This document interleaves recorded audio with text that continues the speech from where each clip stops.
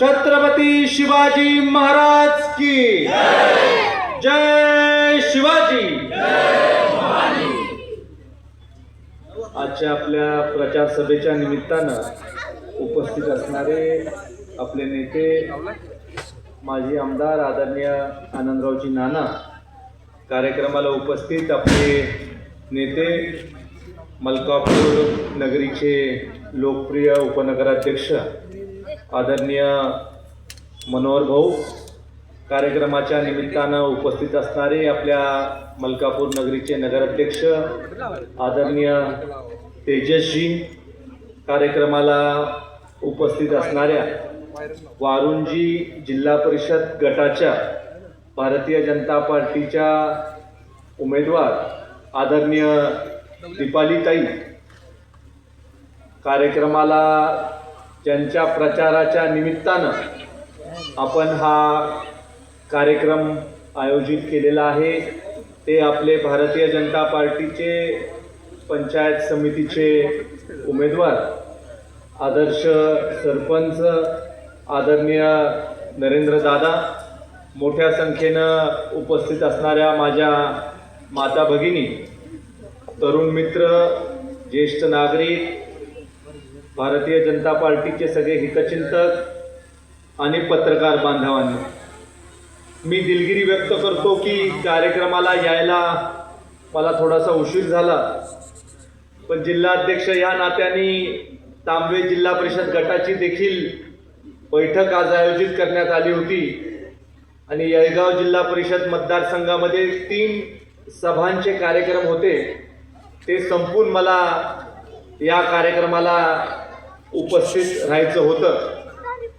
पण इतक्या मोठ्या प्रमाणावर आपली उपस्थिती बघितल्यानंतर वारुंजी जिल्हा परिषद मतदारसंघाचा निकाल काय असणार आहे हे आज तुमच्या उपस्थितीनंतर स्पष्ट झालेलं आहे। वारुंजी जिल्हा परिषद मतदारसंघाकडे पाहण्याचा दृष्टिकोन, या विधानसभा मतदारसंघाचा लोकप्रतिनिधी म्हणून माझा असा आहे की वारुंजी जिल्हा परिषद मतदारसंघ हा कराड शहराच्या, मलकापूर शहराच्या लगत असा असणारा मतदारसंघ असल्यामुळे निमशहरी किंवा शहराचं उपनगर असणारा असा हा आपला मतदारसंघ आणि त्यामुळं मलकापूर शहराच्या निगडीत असं असणारं आपलं जखीनवाडी आणि परिसरामधले इतर सगळे गावं असतील, कोयना वासाद असेल, नांदलापूर असेल, जवळचे सगळे गावं आपले मलकापूर नगरीच्या लगत आहेत आणि कराड नगरीच्या लगत असं असणारं आपलं वारुंजी असेल, गोटे असेल, मुंडे असेल, खोडशी असेल, हे सगळे गावं कराड शहराच्या निगडीत आहेत आणि त्यामुळे साहजिकच शहरीकरणाचा परिणाम या मतदारसंघामधल्या ह्या गावांवर अधिकचा होतो। खरं तर अनेक विषयांवर आपल्याला सविस्तर चर्चा करायची आहे, अनेक विषयांच्या बद्दल आपल्याला सविस्तर बोलायचं, पण आज कार्यक्रमाला यायलाच मला उशीर झाल्यामुळे थोडक्यात बोल पण मुद्द्याचं बोल अशी वेळ माझ्यावर आली। सगळ्यात महत्त्वाचं मला आपल्याला सांगायचं आहे की मी या विधानसभा मतदारसंघाचा लोकप्रतिनिधी झाल्यावर सगळ्यात पहिले अनेक गोष्टींचा मी आढावा घेतला। त्याच्यामध्ये सगळ्यात पहिले मी या गोष्टीचा आढावा घेतला की उंडाळे प्रादेशिक पाणी पुरवठा योजना परत आपल्याला कशी चालू करता येईल याचा आढावा पहिल्यांदा घेतला आणि उंडाळे प्रादेशिक पाणी पुरवठा योजना चालू कशासाठी करायची तर जखीनवाडीला भरपूर पाणी मुबलक मिळालं पाहिजे, याच्यासाठी उंडाळे प्रादेशिक पाणी पुरवठा योजना आपल्याला चालू करायची। खरं तर उंडाळे प्रादेशिक पाणी पुरवठा योजना किती वर्षापासून आपला प्रयत्न चाललाय की ती योजना चालू करायची। अनेक लोकांनी प्रयत्न केला, योजना चालू झाली, मोटर आले, पंप आले, पाट्या लागल्या, पण पाणी काय त्या योजनेमधनं कुणाला मिळालं। मी गुलाबराव पाटील साहेबांजवळ बैठक लावली आणि गुलाबराव पाटील साहेबांना सांगितलं की ही योजना चालू व्हावी असं अनेक लोकप्रतिनिधींना वाटत होतं, पण दुर्दैवाने काही कारणामुळे ही योजना चालू झाली नाही। या योजनेचं रिएस्टिमेट साहेब तुम्ही करा आणि रिएस्टिमेट करताना माझं नांदलापूर, माझी जखीनवाडी, माझं कोयना वसाहत याचे सगळे नळ पाणी पुरवठ्याचे कनेक्शन हे उंडाळे प्रादेशिक पाणी पुरवठा योजनेच्या माध्यमातून आपल्याला देता यावे, याच्यासाठी तुम्ही रिएस्टिमेट करा. आणि आदरणीय गुलाबराव पाटील साहेबांनी मला शब्द दिलेला आहे की उंडाळे प्रादेशिक पाणी पुरवठा योजनेसाठी लागतील तेवढे पैसे आपण देऊया आणि या तिन्ही गावांना लागेल तेवढं स्वच्छ फिल्टर पिण्याचं पाणी हे मिळण्यासाठी ही योजना आपण कार्यान्वित करूया.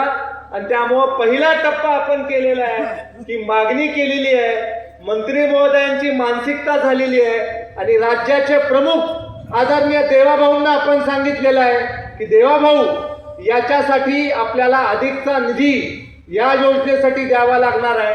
आणि कॅबिनेटची महाराष्ट्राच्या मंजुरी, महाराष्ट्र सरकारच्या कॅबिनेटची मंजुरी घेऊन या योजनेचं रिएस्टिमेट करून त्याला अधिकचे पैसे देऊन आपल्या गावामध्ये प्रत्येक नळाला स्वच्छ पिण्याचं पाणी मिळेल याची व्यवस्था येणाऱ्या काळामध्ये आदरणीय नरेंद्र दादा तुमच्या साक्षीनं मी सांगतो की हे येणाऱ्या 6 महिन्याच्या आत हे आपण सगळ्या गोष्टी करणार आहोत. याची घोषणा मी आज या कार्यक्रमाच्या निमित्तानं करतो. आज आपल्या जखीनवाडीच्या शेजारी पर्यटन व्हावं याच्यासाठी अनेक वर्षापासूनचा तुमचा प्रयत्न होतो. आज या आगाशिवाच्या लेण्यांमध्ये खूप प्राचीन परंपरा असणाऱ्या लेणी असल्यामुळं अनेक लोक, अनेक पर्यटक इथं येतात. जर का या लेण्यांचा विकास झाला, जर का आपली प्राचीन परंपरा याचं जतन आणि संवर्धन आपण करू शकलो तर आपल्या जखीनवाडीमध्ये महाराष्ट्राच्या कानाकोपऱ्यामधनं लोक आल्याशिवाय राहणार नाही, हे खऱ्या अर्थानं मला दृष्टिकोन दिसतो. आणि त्यामुळं याच्यासाठीचा आपल्याला एक प्लॅन करणं गरजेचं आहे, याच्यासाठीचा आपल्याला एक आराखडा करणं गरजेचं आहे आणि तो आराखडा पर्यटन विकासाचा आपल्याला करणं गरजेचं आहे. आणि तो आराखडा केल्यानंतर अजंठा वेलोरला गेल्यानंतर ज्या पद्धतीनं गावचा विकास झालेला आहे, पंढरपूरला गेल्यानंतर गावामध्ये जशा पद्धतीनं पर्यटन वाढलेलं आहे की मंदिराचं दर्शन करण्यासाठी लोक येतात, श्री विठ्ठलाचं रुक्मिणी मातेचं दर्शन करण्यासाठी लोक येतात, पण गावामध्ये त्या लोकांचं वास्तव होतं. अशा पद्धतीचं आपल्या जखीनवाडीमध्ये वास्तव वाढवण्यासाठीचा प्लॅन हा आपल्याला करणं गरजेचं आहे. आणि या प्लॅनसाठीचा आराखडा करण्यासाठी आमचा पंचायत समितीचं सदस्य निवडून येणं गरजेचं आहे, जिल्हा परिषदेचे आमच्या उमेदवार निवडून येणं गरजेचं आहे आणि पलीकडचे आमचे मानेसाहेब सुद्धा निवडून येणं गरजेचं आहे. याच्यासाठीचा प्रयत्न आपल्याला भविष्य काळामध्ये करायचा आहे. आराखडा करत असताना असा बसल्या बसल्या ग्रामपंचायतीमध्ये आराखडा होणार नाही. ज्यांनी पर्यटनामध्ये काम केलेलं आहे, विभागाच्या पर्यटनाच्या विकासाच्या बद्दलचं काम केलेलं आहे, केबल कार करण्याच्या बाबतीमध्ये ज्यांचा अनुभव आहे, ज्यांना हे कळतं की वनक्षेत्राचं आपण संवर्धन करून आपल्याला हे सगळं पर्यटन करणं गरजेचं आहे, फॉरेस्टचे कुठले अप्रुव्हल आपल्याला लागतात हे ज्याला कळतं, अशा लोकांची टीम मी तुम्हाला जखीनवाडीकरांना आणून देतो आणि त्या टीमला घेऊन बसून या 3-4 गावांच्या लोकसंख्येचा अभ्यास करून तुम्ही ह्या पद्धतीचा इथं प्रस्ताव करा की ज्या वेळेला हे पर्यटन विकासाचा प्रकल्प आपण इथं राबवणार आहोत, हा प्रकल्प राबवल्यानंतर या गावांवर जे काही आपली वर्दळ वाढणार आहे, जे काही ट्रॅफिक आपलं वाढणार आहे, त्याचा परिणाम कितपत होतो याचा अभ्यास करून तुम्ही हा सगळा आराखडा करा. हा आराखडा करत असताना कदाचित रस्ते तुम्हाला थोडे मोठे करावे लागतील, कदाचित पर्यायी रस्ते तुम्हाला करावे लागतील, कदाचित तुमच्या जखीनवाडीला कोयना वसाहतकडनं येणाऱ्या रस्त्याचं काही रुंदीकरण करण्याचा स्कोप आहे का हे तुम्हाला बघावं लागेल. आणि मला सांगताना आनंद होतो की मी विधानसभेचा सदस्य होण्याच्या पूर्वी कोयना वसाहतपासून जखीनवाडीला येणाऱ्या रस्त्याचं काम हे सार्वजनिक बांधकाम खात्याच्या माध्यमातून दादा पूर्ण आपण केलेलं आहे. आणि ते पूर्ण करत असताना माझ्या डोक्यामध्ये पक्का विचार होता की नरेंद्र पाटलांचं घर या रस्त्यावर आहे, कधी काही नरेंद्र पाटलांचा विचार बदलला तर लगेच गाडी आत जायला आपली सोय होईल. हा डाव मी खूप वर्षापूर्वी केला होता, त्यामुळे एकाएकी या काही गोष्टी घडलेल्या नाहीत. गेल्या 4-5 वर्षापासून मी माणसं टिकतोय. माणिकराव पाटील साहेबांना आपल्याकडे घ्यायचं त्यांना घर घालायचं याचं प्लॅनिंग 5 वर्षापासून केलं आणि 5 वर्षानंतर आता त्याला या विभागाचा नेता आम्ही करून टाकला. माणिकराव दादांवर वारुंजी जिल्हा परिषद मतदारसंघाचे सगळे उमेदवार निवडून आणायची जबाबदारी आहेच, पण पलीकडच्या तळबीड पंचायत समिती गणामधला उमेदवार निवडून आणायची जबाबदारी देखील आदरणीय माणिकराव दादांवर आम्ही सोपवली. आपला ज्या वेळेला शत्रू असतो आणि शत्रू खूप चांगला काम करत असतो, आपल्याला दमवत असतो, त्यावेळेला त्या शत्रूवर राग धरायचा नसतो, त्या शत्रूला आपलंसं करण्याच्या बाबतीमधलं प्लॅनिंग आपल्याला करायचं असतं. आणि त्यामुळे प्रत्येक क्षेत्रामध्ये आपल्यावर जास्त प्रेम असणारी लोक कोण कोण आहेत जी आपल्याला जास्तात याचा आराखडा मी काढला आणि मग एक एक एक एक एक एक करून सगळी गोळा केली आणि एक एक एक एक करून सगळी व्यासपीठावर घेतली आणि घट्ट मैत्री केली. 25 वर्ष टिकेल अशी मैत्री केली. आणि ही मैत्री करत असताना अनेक लोकांनी मला सांगितलं होतं की हे शक्य नाही, हे दिव्य स्वप्न तुम्ही बघताय, पण दिव्य स्वप्न बघणारा माणूस यशस्वी जीवनामध्ये होतो. आणि त्याचंच उदाहरण म्हणजे पंतप्रधान नरेंद्र मोदी साहेब असतील. कधीही मोदी साहेबांनी कुठली निवडणूक लढवली नाही, जिल्हा परिषद लढवली नाही, नगरपालिकेची निवडणूक लढवली नाही, विधानसभा लढवली नाही, डायरेक्ट मुख्यमंत्री झाले. मुख्यमंत्री झाल्यानंतर विधानसभेची निवडणूक लढवली आणि त्यानंतर लोकसभेची निवडणूक लढवली आणि पंतप्रधान झाले. पण नशिबात असावं लागतं. माने साहेबाच्या बी नशिबात होतं. माने साहेबांचं नाव सगळ्यांनी मिळून घेतलं आणि नाव घेतल्यामुळं माने साहेबाच्या गळ्यामध्ये ही माय पडली. अनेक लोकांना वाटत होतं की काय होतंय, निष्ठावंतांना मिळतंय का आणि काय होतंय. शेवटी निष्ठा असणाऱ्या माणसाचा फायदाच होतो. आपलं काम निष्ठेने करायचं असतं, आपलं काम प्रामाणिकपणे करायचं असतं आणि प्रामाणिकपणे काम केल्यानंतर आपल्याला योग्य ते फळ मिळत असतं. आदरणीय प्रमोदजींनी अनेक वर्ष कष्ट केलं, अनेक वर्ष काम केलं आणि अनेक वर्ष कष्ट आणि काम केल्यानंतर आज त्यांना जीवनामध्ये ताईंच्या रूपाने संधी मिळालेली आहे. आणि आज खऱ्या अर्थानं चांगला उमेदवार निवडून देण्याच्या बाबतीमधलं काम या जिल्हा परिषद मतदारसंघाच्या माध्यमातून तुम्ही आणि आम्ही मिळून करायचं. हे चांगले उमेदवार निवडून देत असताना कुठल्या पक्षाचे उमेदवार आहे, हे भारतीय जनता पक्षाचे उमेदवार आहे. जो पक्ष केंद्रामध्ये सत्तेत आहे, जो पक्ष राज्यामध्ये सत्तेत आहे, त्याच पक्षाचे लोक आज आपल्या स्थानिक स्वराज्य संस्थांना आपल्याला निवडून द्यायचे. आपल्याला मला सांगताना आनंद होतो की ज्या पंचायत समितीच्या निवडणुकीच्या निमित्तानं आपण इतकी चुरस पाहतो, इतकं लोकांमध्ये प्रतिस्पर्धी पाहतो, इतकं लोकांमध्ये वातावरण निवडणुकीच्या निमित्तानं तयार होतं, त्या पंचायत समितीची इमारतच नाही. ती इमारत करण्याचं भाग्य आज लोकप्रतिनिधी म्हणून मला लाभलेलं आहे की पंचायत समितीची इमारत ही आज भारतीय जनता पार्टीच्या माध्यमातून आणि महायुती सरकारच्या माध्यमातून होते. आणि ज्या वेळेला मी विधानसभेचा सदस्य झालो त्यावेळेला पहिल्यांदा मी आमचे आदरणीय जयकुमार गोरे साहेब ग्रामविकास मंत्री आहेत त्यांच्यासमोर प्रस्ताव घेऊन गेलो आणि त्यांना म्हटलं, साहेब राजवाड्यासारखी आपण पंचायत समितीची इमारत करूया, कारण मला असं वाटतंय की पंचायत समितीची सत्ता यावेळेला आमच्याकडे येणार आहे आणि त्यामुळे सत्ता आमच्याकडे यायला आणि नवीन इमारत व्हायला अशा पद्धतीचा एक सुवर्ण योग आपल्यावर यावा. पण माझी आपल्याला सगळ्यांना विनंती आहे की हे खरं झालं तर बरं आहे, नाहीतर इमारत करायचो आम्ही आणि नारळ फोडायचा दुसरा, अशी परिस्थिती होऊ नये. म्हणून तुम्हाला हात जोडून विनंती आहे की सगळं साधून आलंय आणि चांगले लोक आहेत, त्यामुळे या लोकांना मोठ्या मताधिक्यानं निवडून देणं गरजेचं आहे.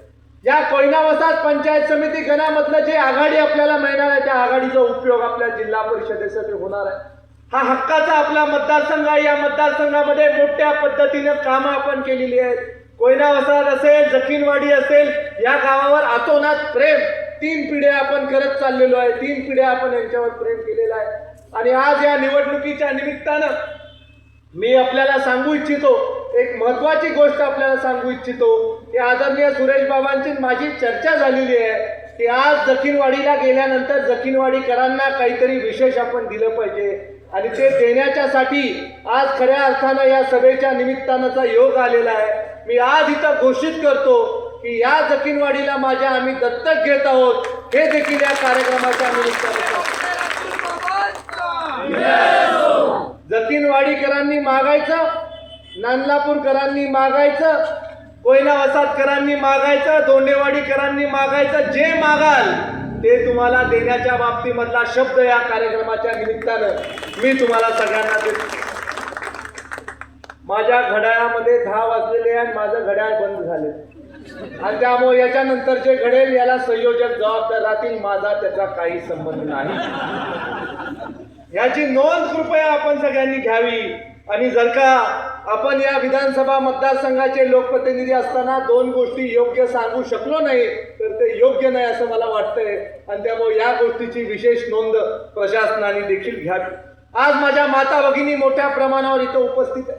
मला आपल्याला सांगताना ताई आनंद होतो की या मतदारसंघामध्ये 25,000 माता भगिनींची नोंद बांधकाम कामगार योजनेमध्ये करण्यामध्ये आम्ही यशस्वी झालेलो आहे. 25,000 माता भगिनींना मोफत भांडी देण्याचं भाग्य माझ्यासारख्या सामान्य कार्यकर्त्याला लाभलेलं आहे. आणि आज मी आपल्याला सांगू इच्छितो की ज्या माता भगिनींना मोफत भांडे मिळालेले आहेत त्या माता भगिनींना येणाऱ्या काळामध्ये इसेन्शियल किटचा सेट, सेफ्टी किटचा सेट आपण देणार आहोत. आणि मी आज आपल्याला एकच विनंती करू इच्छितो की आजची सभा झाली की आपण घरी जा आणि आपल्या पुरुष मंडळींना, सगळ्या घरातल्या पुरुष मंडळींना विनंती करा की आता इसेन्शियल किट आणि सेफ्टी किट देणार असल्याचं आमदारांनी सांगितलेलं आहे.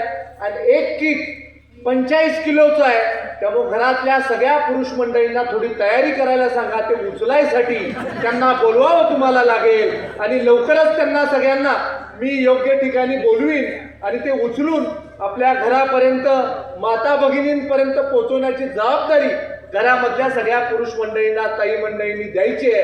एवढी विनंती देखील आपल्याला करतो.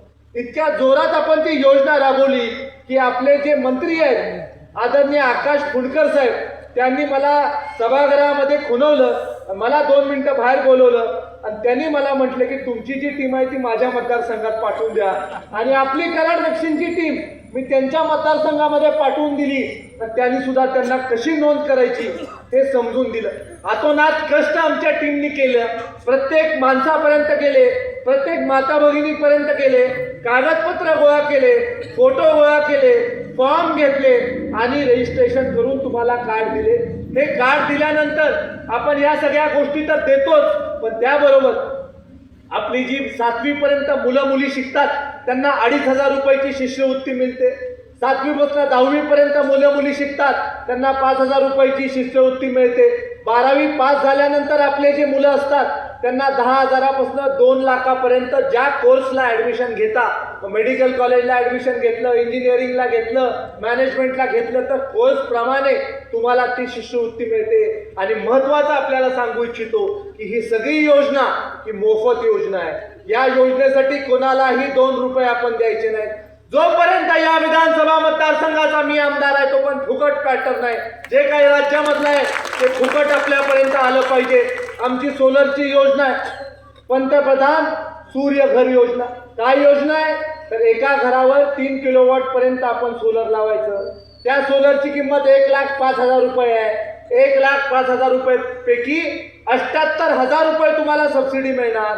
27,000 स्वतःचे घालायचे किंवा एखाद्या संस्थेचे घालायचे आणि त्यानंतर 27,000 रुपये फिटले की पुढचे 20 वर्ष विजेचं बिल भरायचं नाही. अशी सुंदर योजना केंद्र सरकारच्या माध्यमातून इथं देण्यात आलेली आहे. राज्यामध्ये देखील आम्ही एक नवीन प्रकारची विनंती राज्य सरकारला करणार आहे की वरचे 27 जे आहेत त्या 27 साठी सुद्धा राज्य सरकारने आम्हाला पर किलोवॉट 9,000 रुपयाची सबसिडी द्यावी. म्हणजे ती सबसिडी जर का आपल्याला मिळाली तर 78 अधिक 27 1,05,000 म्हणजे पॅनल लावायचे आणि 25 वर्ष विजेचं बिलच भरायचं नाही. आणि त्यामुळं अधिकचा फॅन लावायला, टीव्ही लावायला मुभा ही येणारे 25 वर्ष आपल्याला मिळू शकते. अशा प्रकारची ही योजना देखील आपल्यापर्यंत आणण्याचा आम्ही प्रयत्न करतो. मी आता अभ्यास करतोय लोकप्रतिनिधी म्हणून की राज्याच्या आणि काय काय योजना आपण तुमच्यापर्यंत आणू शकतोय. उद्योजकांसाठी काय काय योजना आणू शकतोय. मुद्रा योजना जास्तीची माता भगिनींपर्यंत मला कशी पोहोचवता येते. मुद्रा योजनेच्या माध्यमातून कमी व्याज दराने कर्ज माझ्या माता भगिनींना मी कसं देऊ शकतोय. जे उद्योजक आहेत त्यांना अण्णासाहेब पाटील विकास महामंडळाची योजना पोहोचवण्यासाठी आणखीन काय आपण करू शकतोय. अण्णासाहेब पाटील विकास महामंडळाची योजना ही आदरणीय नरेंद्र अण्णासाहेब पाटील साहेबांच्या नेतृत्वाखाली चालते. आणि मी जिल्ह्याचा अध्यक्ष असल्यामुळे मी काय जर का केलं असेल तर त्यांच्या सुविद्य पत्नींना भारतीय जनता पार्टीची उमेदवारी दिली आणि त्यांना तिथं मंगरुळ कोळे गटामध्ये उभं केलं. म्हणजे काय होईल, आमच्या उद्योजकाला अण्णासाहेब पाटील योजनेची पाहिजे तेवढी कर्ज मिळणार. कुठं काय करायचं हे कळायला पाहिजे, ते मला कळायला लागले आता. त्यामुळे बरोबर प्रमुख माणसं मी धरून ठेवलेली आहेत. आज मुख्यमंत्री सहायता निधीचा प्रस्ताव तुम्ही करा. या मतदारसंघातल्या कुठल्याही माणसाने प्रस्ताव केला की 2 दिवसामध्ये त्याला मंजुरी मिळते आणि त्याच्या खात्यावर पैसे वर्ग होतात. 2 लाख रुपये मुख्यमंत्री सहायता निधीच्या माध्यमातून मंजूर होतात. मला अभिमान वाटतो की या मतदारसंघामध्ये मुख्यमंत्री सहायता निधीचे एका वर्षात 1 कोटी रुपये आणण्यामध्ये आपण यशस्वी झाले. मुंबईमध्ये आपण ऑफिस केलेलं आहे आणि त्या ऑफिसच्या माध्यमातून आपण तिथं काही अधिकारी नेमलेले आहेत की फक्त त्यांनी जनतेची सेवा करायची. कराड दक्षिण विधानसभा मतदारसंघामधला आपल्या तालुक्यामधला जिल्ह्यामधला माणूस आला की त्याची राहायची व्यवस्था करायची, त्याची जेवणाची व्यवस्था करायची, त्याच्या अडीअडचणी समजून घ्यायच्या, त्याची फाईल समजून घ्यायची, मंत्रालयामध्ये त्याला घेऊन जायचं, कुठल्याही मंत्र्यापर्यंत पोहोचायला आज कराड दक्षिण मतदारसंघ पाठीमागे नाही. कुठल्याही मंत्र्यापर्यंत आपण जाऊ शकतो, आपली कामं करू शकतो. मला आदरणीय भिडे गुरुजींचा एक दिवशी फोन आला आणि आदरणीय भिडे गुरुजींनी सांगितलं की रायगडवर आपली मुलं सांगलीमधून जातात, त्यांना राहायची सोय अतुल बाबा करून द्या. मी म्हटलं गुरुजी आपण जो आदेश द्याल ते आम्ही करू. मी लगेच आदिती तटकरे मॅडमकडे गेलो आणि आदितीताईंना म्हटलं की आदितीताई तुम्ही कलेक्टरला फोन करा आणि त्याला सांगा की रायगडावर जी रूम आहे जी प्रशासन वापरतं ती माझ्या धारकऱ्यांना द्या. आणि ती रूम त्या धारकऱ्यांना देण्याच्या बाबतीमधला निर्णय 1 मिनिटात केला. आणि सांगलीवरनं जे लोक आज रायगडावर जातात त्यांना राहण्यासाठी किंवा तिथं बसण्यासाठीची जी सोय लागते ती सोय करण्याच्या बाबतीमधलं काम आपण तिथं आदितीताईंच्या माध्यमातून केलं. मुख्यमंत्री माझी लाडकी बहीण योजनेसारखी एक योजना, त्या योजनेच्या माध्यमातून 1,500 रुपये थेट तुमच्या खात्यावर येतात आणि ही योजना चालू ठेवण्याच्या बाबतीमधला मानस आपले मुख्यमंत्री आदरणीय देवेंद्र फडणवीस साहेबांनी विधानसभेच्या पटलावर व्यक्त करून दाखवला. आदरणीय देवाभाऊंनी सांगितलं की मी आहे तोपर्यंत ही योजना बंद होणार नाही. किंबहुना योजनेमध्ये जी सुधारणा होणार आहे, जी वाढ होणार आहे ती सुद्धा देवाभाऊच्या नेतृत्वाखालीच येणाऱ्या काळामध्ये होणार आहे. हे छाती ठोकपणे तुम्हाला या कार्यक्रमाच्या निमित्तानं सांगतो. आज या निवडणुकीच्या निमित्तानं अनेक लोकांच्या मनामध्ये गैरसमज होता की आपण नेमकी ही निवडणूक ताकदीनं लढतोय की नाही. मला एक कळत नाही की कराड दक्षिण विधानसभा मतदारसंघामधल्या 7 जिल्हा परिषद गटामध्ये आपण जर का ताकदीनं निवडणूक लढणार असू तर मग ह्या गटामध्ये आपण ताकदीनं का लढणार नाही हा प्रश्न तुमच्या मनामध्ये का उपस्थित याच्या आधी झाला होता. आज या निवडणुकीच्या निमित्तानं तुम्हाला मी सांगतो की वारुंजी जिल्हा परिषद मतदारसंघ जास्तीत जास्त मताधिक्यानं आणण्यासाठी निवडून आम्ही आमच्या जीवाचं रान करू हे देखील इथल्या सगळ्या उमेदवारांना आणि कार्यकर्त्यांना मी सांगू इच्छितो. वारुंजीचा जर का आपण सगळा आराखडा बघितला तर वारुंजी जिल्हा परिषद मतदारसंघामध्ये या 1.5 वर्षामध्ये 2 वर्षामध्ये मी आमदार होण्याच्या 1 वर्ष आधी आणि आमदार झाल्यावर 100 कोटी रुपयाचा निधी फक्त वारुंजी जिल्हा परिषद मतदारसंघासाठी आजपर्यंत उपलब्ध करून दिलेला आहे. माझी आपल्याला सगळ्यांना विनंती आहे की तुम्ही आमचे हे उमेदवार मोठ्या मताधिक्यानं निवडून द्या. तुम्ही जेवढ्या मताधिक्यानं निवडून द्याल तेवढा जास्त विकास काम करण्याच्या बाबतीमधला शब्द तुम्हाला सगळ्यांना या कार्यक्रमाच्या निमित्तानं देतो. मागच्या कालावधीमध्ये आपण मलकापूरच्या निवडणुकीमध्ये आम्हाला मोठं मताधिक्य दिलं. आमचे आदरणीय तेजस दादांना 5200च्या मोठ्या आघाडीनं निवडून दिलं. मनोहर भाऊ आणि सगळ्यांची टीम 18 लोकांची टीम तुम्ही निवडून दिली. आणि आज आदरणीय मनोहर भाऊंना देखील माझं सांगणं आहे की मलकापूरमध्ये आल्यानंतर लोकांचे डोळे फिरले पाहिजेत अशा पद्धतीचा विकास येणाऱ्या काळामध्ये भाऊ तुमच्या सगळ्यांच्या नेतृत्वाच्या माध्यमातून आपण तिथं करणार. आणि त्याला साजेल असा या सगळ्या परिसराचा विकास करत असताना ज्या मूलभूत व्यवस्था आपल्याला या परिसरामध्ये करणं गरजेचं आहे त्या सुद्धा आपण करणार आहोत. आज आपल्या कोयना वसाहतमध्ये नागरीकरण मोठ्या प्रमाणावर झाल्यामुळे, मोठ्या प्रमाणावर इमारती झाल्यामुळे गटरची व्यवस्था अंडरग्राऊंड करण्यासाठीचा प्रस्ताव तुम्हाला करावा लागणार. अंडरग्राऊंड ड्रेनेजचा प्रस्ताव आपल्याला तिथं करायचा आहे. नवीन STPचा प्रस्ताव तिथं आपल्याला करायचा आहे. मलकापूरमध्ये जशा पद्धतीची व्यवस्था आपण उभी करतोय त्याला पॅरलल व्यवस्था ही आपल्याला कोयना वसाहत असेल, जकीरवाडी असेल इथं उपलब्ध करायचे. आणि आज मला सांगताना एक गोष्टीचं समाधान वाटतंय की आम्ही एक मोठा आराखडा तयार करतोय. तो आराखडा एवढ्यासाठी तयार करतोय की माझ्या या परिसरामधल्या लोकांना क्रीडा नगरीच्या साठी कुठं दुसरीकडे जावं लागावं नाही, त्यांना इथल्या इथंच क्रीडेच्या बाबतीमधली सगळी सुविधा व्हावी. आणि त्यामुळं सुसज्ज असा रनिंग ट्रॅक, सुसज्ज असा swimming pool, Olympic size swimming pool, gymnasium, volleyball court, tennis court, table tennis court, हे सगळं नांदलापूरच्या परिसरामध्ये करण्याचा प्रस्ताव हा आम्ही तयार केलेला आहे. आणि हा प्रस्ताव तयार करत असताना या परिसरामधले जे खेळाडू आहेत त्या खेळाडूंना कुठंही जायची गरज नाही, इथल्या इथं त्यांना सगळी सोय सुविधा झाली पाहिजे अशा पद्धतीनं जी जागा शासकीय आहे तिथं आम्ही प्रस्तावित तो केलेला आहे. आणि मार्चच्या अर्थसंकल्पीय अधिवेशनामध्ये निश्चित स्वरूपी सभागृहामध्ये मी तो विषय मांडणार आहे की नागरीकरण मोठ्या प्रमाणावर झाल्यामुळं क्रीडेची सोय आणि सुविधा या परिसरामध्ये असली पाहिजे.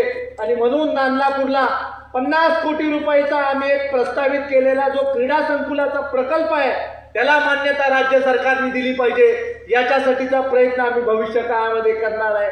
आणि हा प्रयत्न करत असताना मलकापूर नगरपालिकेवर अधिकची जबाबदारी आम्ही टाकतोय की त्याची देखभाल करण्याच्या बाबतीमधली सगळी जबाबदारी 100% तुमची राहील.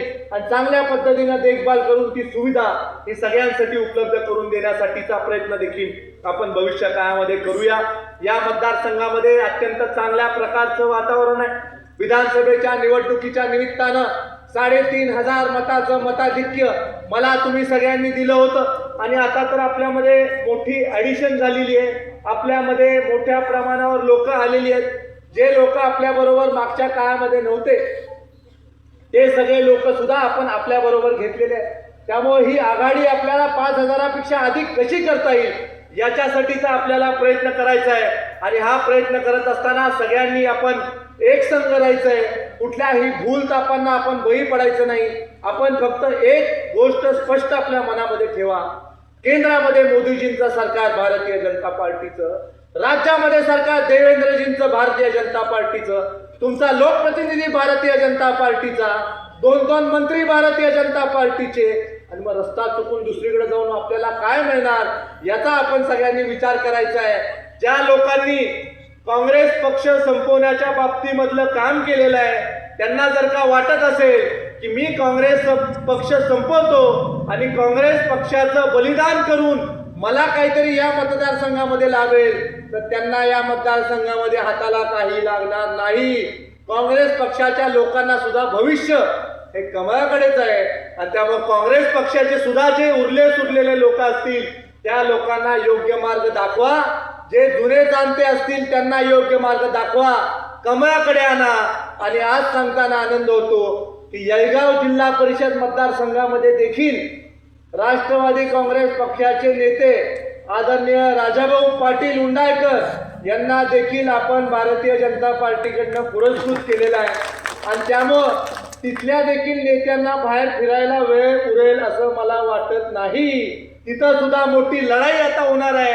आणि मला खात्री वाटते की या वेळेला येळगाव जिल्हा परिषद मतदारसंघामध्ये भारतीय जनता पक्ष आणि पुरस्कृत उमेदवारच निवडून येणार हे मी या कार्यक्रमाच्या निमित्तानं सांगतो. सातारा जिल्हा परिषदेचा अध्यक्ष हा भारतीय जनता पार्टीचा होणार आहे.